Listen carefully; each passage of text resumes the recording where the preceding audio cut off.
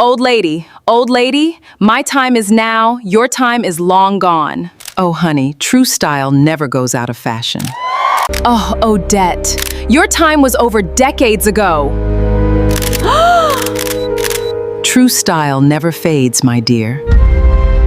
If you're watching this, I'd love to get to know you. Please comment your location and the time below. Don't forget to subscribe so you never miss our next story. Thank you so much for being here today. Backstage at New York Fashion Week, surrounded by photographers, stylists, and a wall of mirrors lit up bright enough to expose every flaw in a room full of people paid never to have one.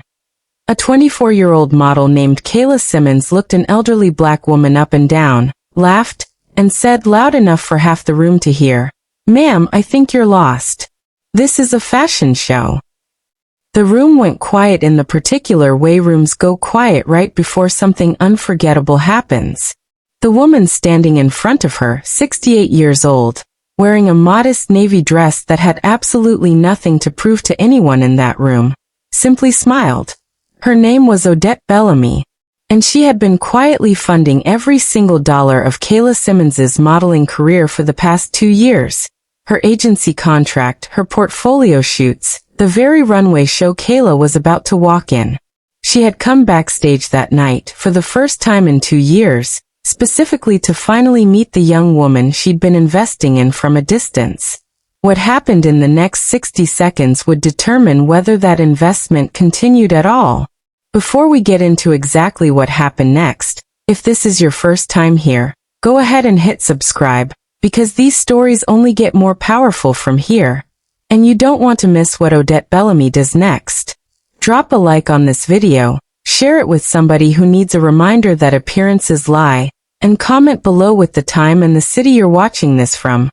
I read every single one, and I love seeing exactly how far these stories travel. Now let's go back to the beginning, to understand exactly who Odette Bellamy really was, and exactly how much Kayla Simmons was about to lose in 60 careless seconds. It's my dear. Odette Bellamy grew up on the east side of Detroit in the 1960s, the daughter of a seamstress and a factory worker, in a house where fabric scraps covered the kitchen table more often than food did, because her mother took in sewing work every single evening after her factory shift ended, determined to give her children something more than what Detroit's east side typically offered a black family in that era. Odette learned to sew before she learned to read fluently. By 13, she was altering dresses for neighbors for extra money. By 19, she'd saved enough from that same work to move to New York with 2 suitcases and a portfolio of hand-sewn garments, chasing a dream that everyone in her old neighborhood, including her own father, told her was reckless beyond reason for a young black woman with no connections and no formal training. She spent her first 4 years in New York working as a seamstress in a garment district sweatshop, sewing other designers' visions into reality for wages that barely covered her studio apartment in Washington Heights. She spent every free hour designing her own pieces, sketching late into the night, saving every extra dollar toward the day she could finally show her own work instead of someone else's. That day came in 1979, when a boutique buyer, walking through a small designer showcase Odette had scraped together the money to rent a booth at, noticed a single coat Odette had designed and made herself. A structured wool coat with a silhouette nobody else in the room was doing that season. The buyer placed an order for 12 coats on the spot. Odette often told the story of that day to foundation recipients who asked about her beginnings, though she rarely mentioned it publicly otherwise. She'd spent the entire showcase watching wealthier, better-connected designers walk past her small booth without a glance, certain by the final hour that she'd wasted every dollar she'd saved for the rental fee. She was already mentally packing up her single rack of samples when the buyer stopped, ran her fingers along the coat's seam construction, and asked who had made it. "I did," Odette told her, bracing for the question that usually followed. Where had she trained? Which design house had she apprenticed under?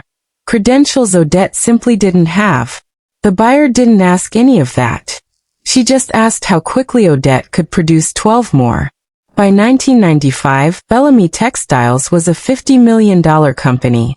By 2010, it was closer to $400 million, spanning textile manufacturing, a design house, and a foundation Odette started specifically to fund young black designers and models who reminded her, in one way or another, of the 19-year-old girl who'd once arrived in New York with 2 suitcases and absolutely nothing else.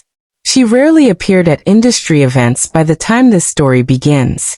At 68, she preferred to fund talent quietly from a distance, letting young designers and models believe their success was entirely their own doing, because she remembered exactly how much that particular kind of confidence had mattered to her own career decades earlier.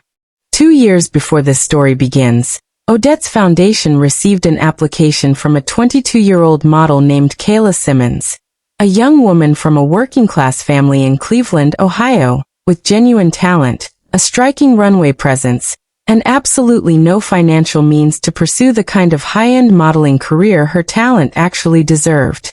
Odette reviewed hundreds of foundation applications every year personally, a habit her staff had long since stopped trying to talk her out of. Something about Kayla's application stayed with her, not just the modeling portfolio, though it was genuinely impressive, but a short essay question the foundation required every applicant to answer, asking simply, "What would this opportunity mean to you?" Kayla had written, in part, about watching her mother work double shifts at a hospital laundry facility in Cleveland for 15 years, about being the first person in her family to ever leave Ohio for something bigger, about wanting to build a career substantial enough that her mother could finally, for the first time in her life, stop working double shifts herself. Odette approved full funding for Kayla within a week. Agency representation costs, portfolio development, living expenses during her first crucial year in New York, all of it funneled quietly through the foundation's standard anonymous donor structure, the same structure Odette used for every recipient. Recipients never learned the specific identity of their sponsor.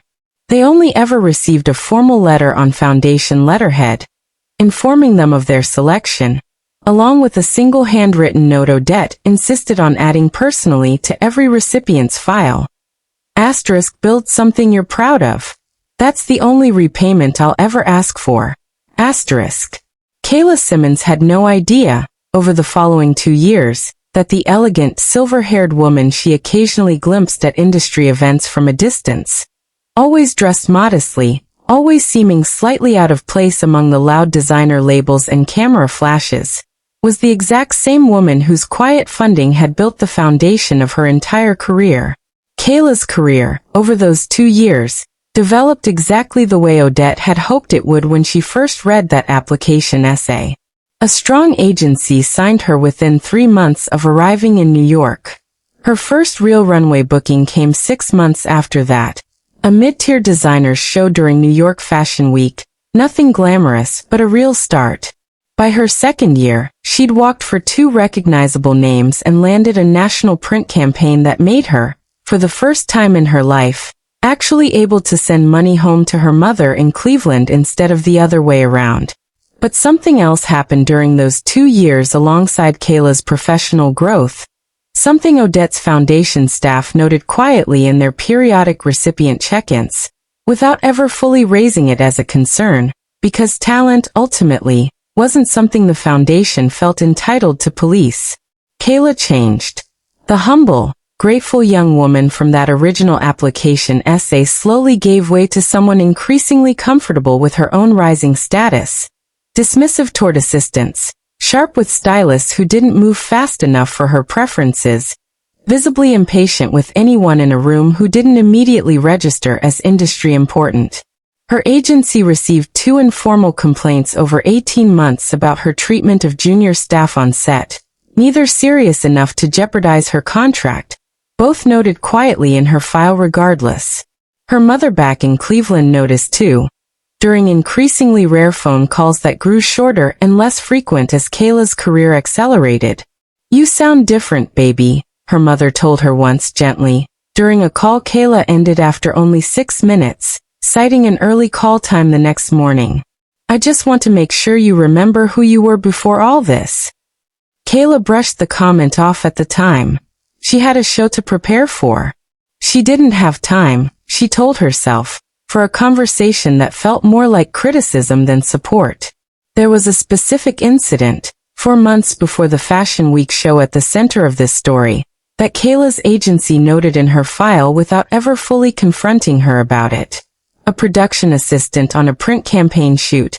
A young woman barely out of college working her first paid job in the industry, had accidentally steamed a wrinkle into the wrong side of a garment Kayla was set to wear for the campaign's hero shot.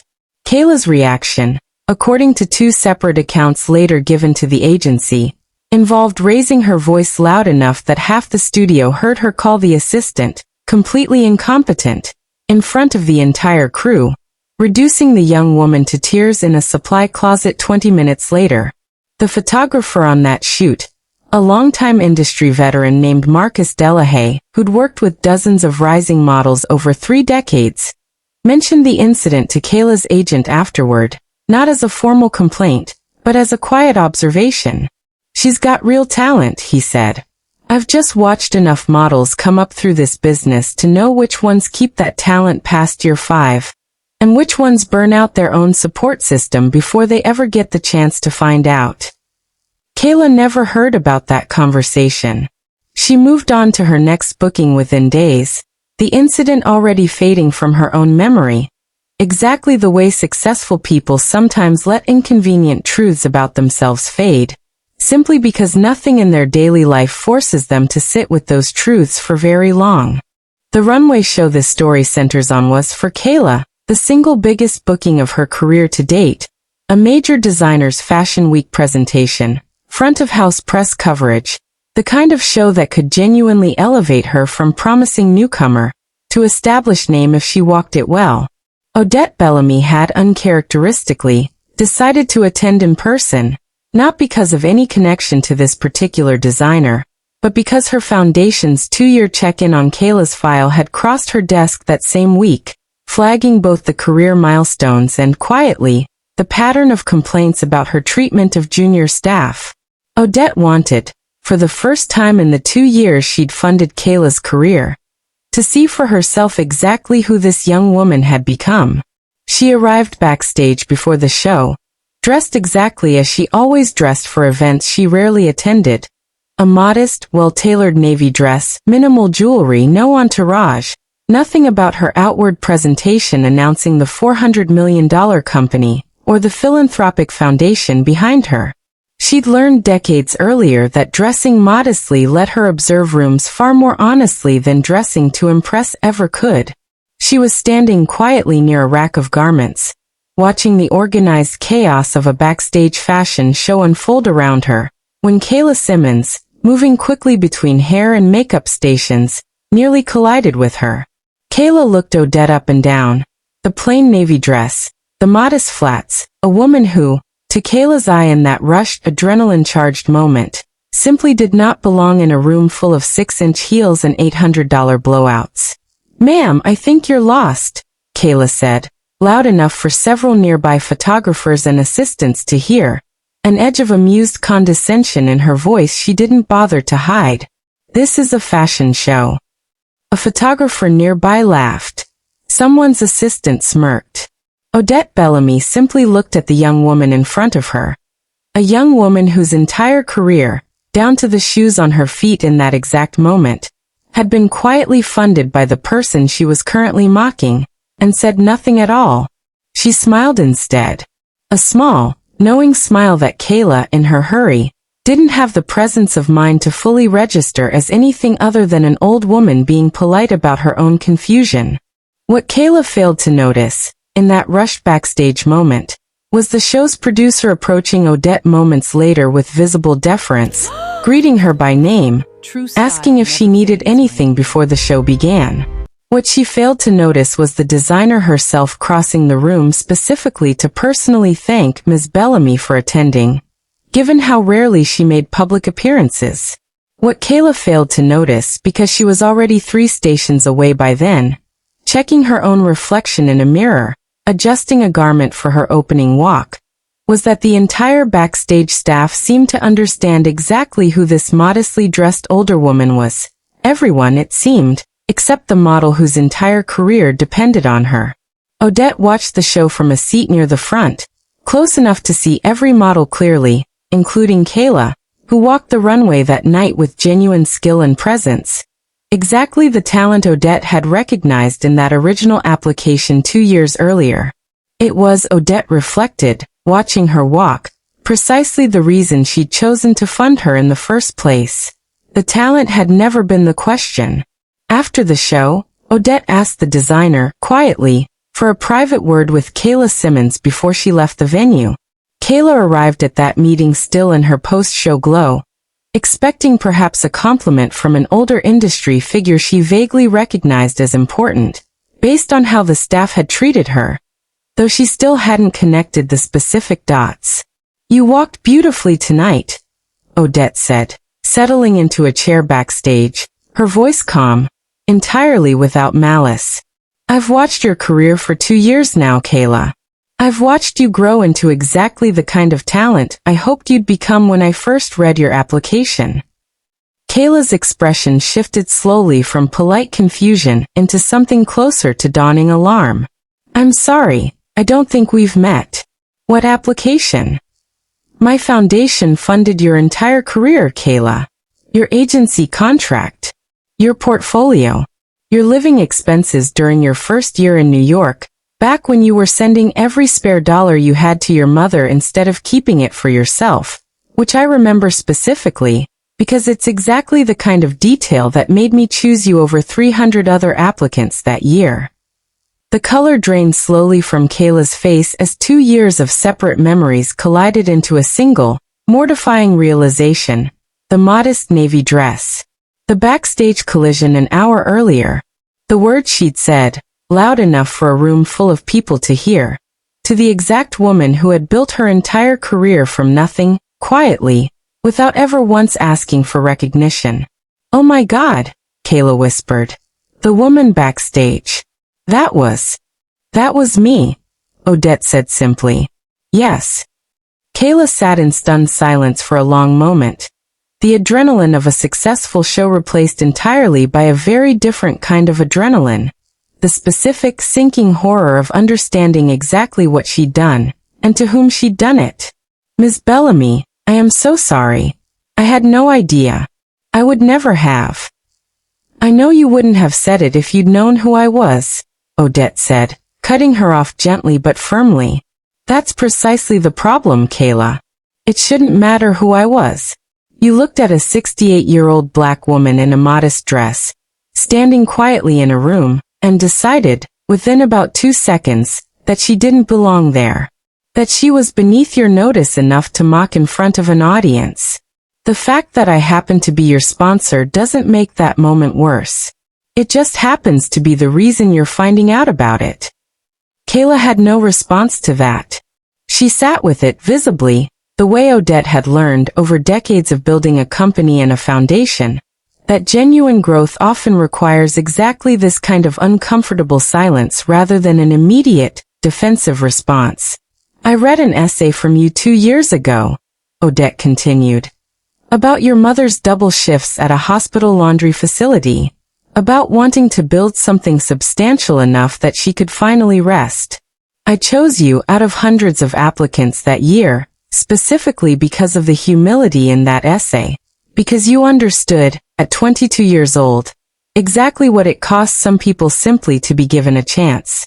I've watched, over the last 2 years, pieces of that understanding slip away from you, one small unkindness at a time. Tonight was simply the most visible example."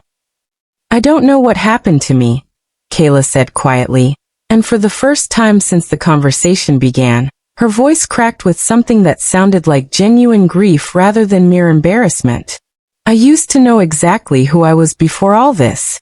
I don't recognize the person who said that to you tonight." "Then I'd suggest," Odette said, "that finding her again is considerably more important than any runway show you'll ever walk." Odette Bellamy did not withdraw her foundation support that night, though everyone in the room fully expected her to, including Kayla herself, who sat braced for exactly that outcome. "I'm not ending our arrangement," Odette said instead, "but I am changing it. Effective immediately, Part of your foundation funding will be redirected toward a mentorship requirement. 6 months working directly with my foundation's newest recipients, young women just beginning exactly the journey you started 2 years ago. Not as a punishment, Kayla. As a mirror. I want you to spend time every single week with young women who remind you of who you were before any of this. The humility, the gratitude, the person who once wrote to me about wanting to make her mother's life easier instead of her own. Kayla nodded slowly, tears now openly falling, though she made no move to hide them. Why are you giving me another chance?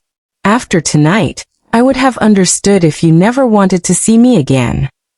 Because I remember being 19 years old with 2 suitcases and absolutely nothing else, Odette said. I remember how easy it would have been, at any point along the way, to let success change who I fundamentally was as a person, especially in an industry that rewards exactly that kind of hardness in people.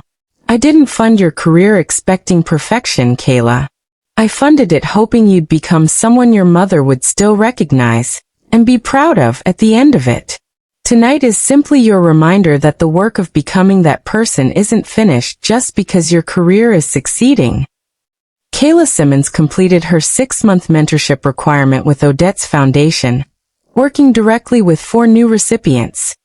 Young women from Detroit, Baltimore, rural Georgia, and the Bronx, each of them arriving in New York with talent, ambition, and almost nothing else, exactly as Kayla herself had 2 years earlier.